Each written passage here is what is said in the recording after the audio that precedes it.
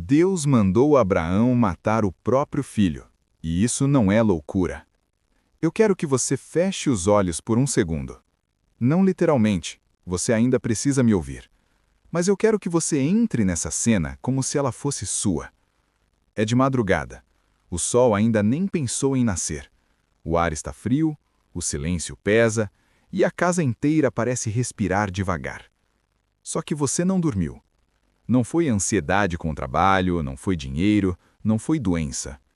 Você não dormiu porque na noite anterior, Deus te pediu a única coisa que você jamais imaginou que Ele pediria: seu filho.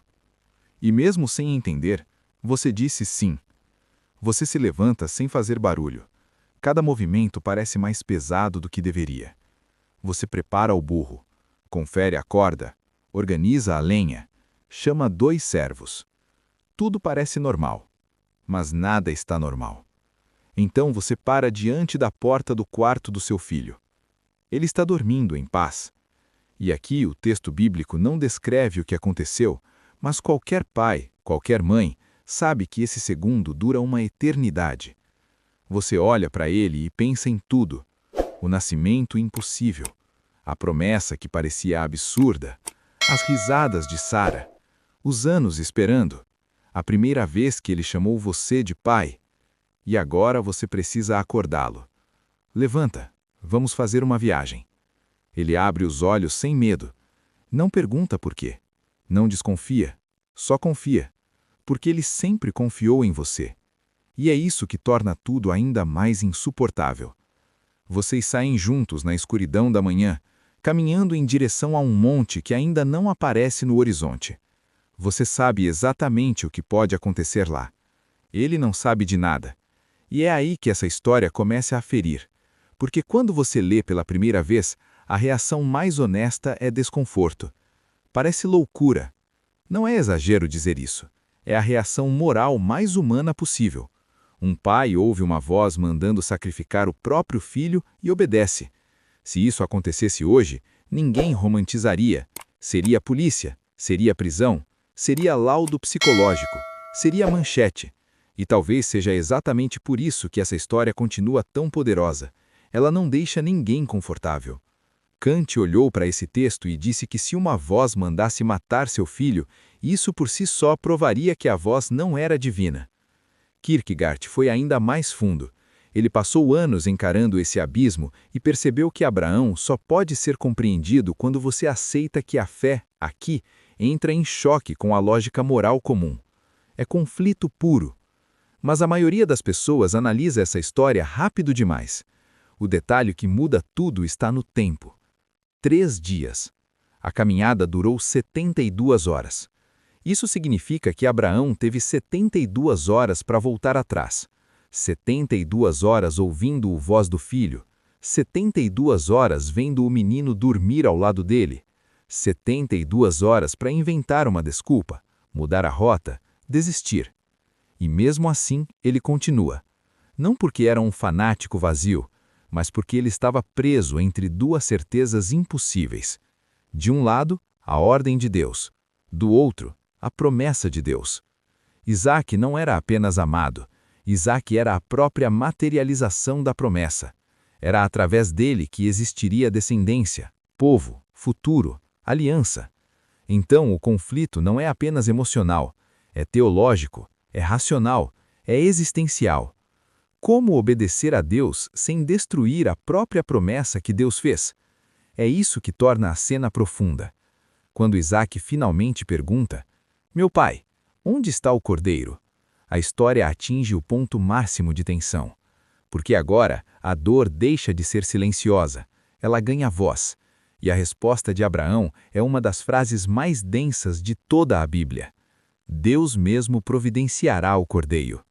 Isso não é fuga, não é desculpa, é convicção no meio do absurdo. Abraão acredita que de algum modo que ele ainda não consegue enxergar, Deus continua sendo fiel. Hebreus diz que ele considerou até a possibilidade de ressurreição. Ou seja, não era obediência cega, era fé consciente atravessando a contradição. E isso é muito mais profundo, porque a fé real não é ausência de conflito, é permanência apesar do conflito. O auge chega quando a faca se levanta. Ali o texto deixa claro que o sacrifício nunca foi o destino final. O anjo interrompe, a voz para Abraão. Deus não aceita o sangue do menino, aceita o coração entregue do pai. Esse é o ponto que muita gente perde. Deus nunca quis normalizar violência religiosa. Ao contrário, em um mundo onde sacrifícios humanos eram comuns, esse texto marca justamente a ruptura. A mão é parada, o menino vive, o cordeiro aparece, e o que estava sendo testado não era crueldade, era prioridade. O que ocupa o centro absoluto do coração de um homem. Talvez seja por isso que essa história continua tão perturbadora, porque no fundo ela não fala só de Abraão, ela fala de nós. Todos nós temos um Isaque, algo que amamos tanto que se torna intocável, um sonho, uma pessoa, um plano, uma segurança, uma identidade. E a pergunta do texto não é se Deus quer tirar isso. A pergunta é, isso ainda está nas suas mãos ou já tomou o lugar que deveria ser de Deus? É por isso que essa narrativa tem tanto conflito. Ela não nos deixa observar de fora, ela obriga a perguntar: o que eu não conseguiria entregar? E o que isso revela sobre minha fé? Eu não vou responder. Essa parte pertence a quem escuta. Pensa nisso. Mas eu quero ir ainda mais fundo, porque é aqui que essa história deixa de ser apenas um relato antigo e começa a tocar a estrutura mais íntima da alma humana. A maioria das pessoas lê Gênesis 22 como se o foco estivesse apenas no momento da faca, mas o verdadeiro peso não está no segundo final, está no caminho, está no silêncio entre uma frase e outra, está na caminhada onde nada acontece por fora e tudo acontece por dentro. Porque os maiores testes da fé raramente chegam como explosões.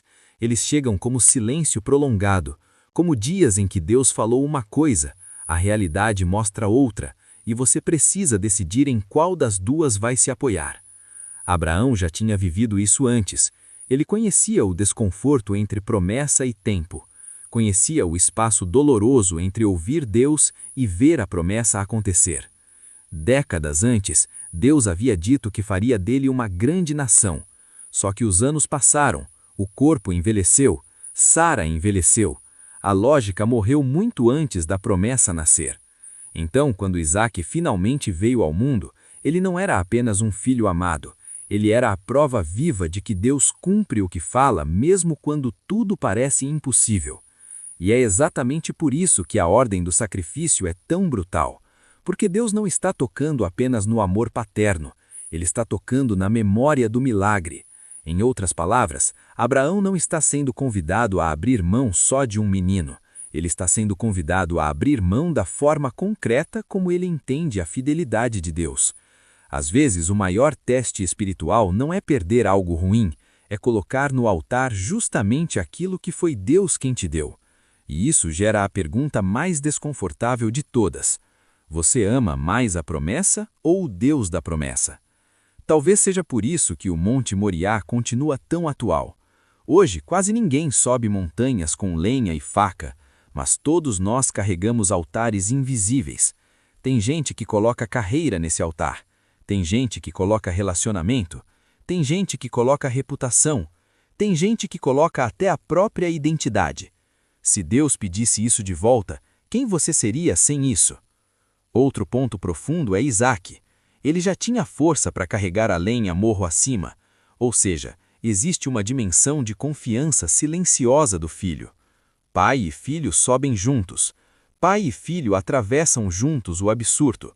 E isso ecoa séculos depois em outro monte, outro filho, outra madeira nas costas. Isaque sobe Moriá com a lenha. Cristo sobe o Calvário com a cruz. Em Moriá, o filho é poupado. No Calvário, o filho não é poupado. A história deixa de ser só teste e passa a ser prenúncio, uma sombra do Evangelho antes do Evangelho. Talvez Deus nunca tenha querido a morte de Isaque. Talvez ele estivesse mostrando a Abraão que um dia ele mesmo providenciaria o cordeiro de forma definitiva.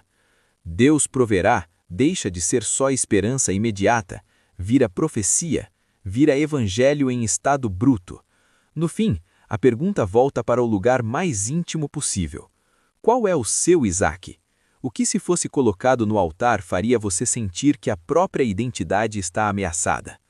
Talvez a maturidade espiritual comece quando você entende que Deus não está atrás da perda, Ele está atrás do lugar que isso ocupa no seu coração.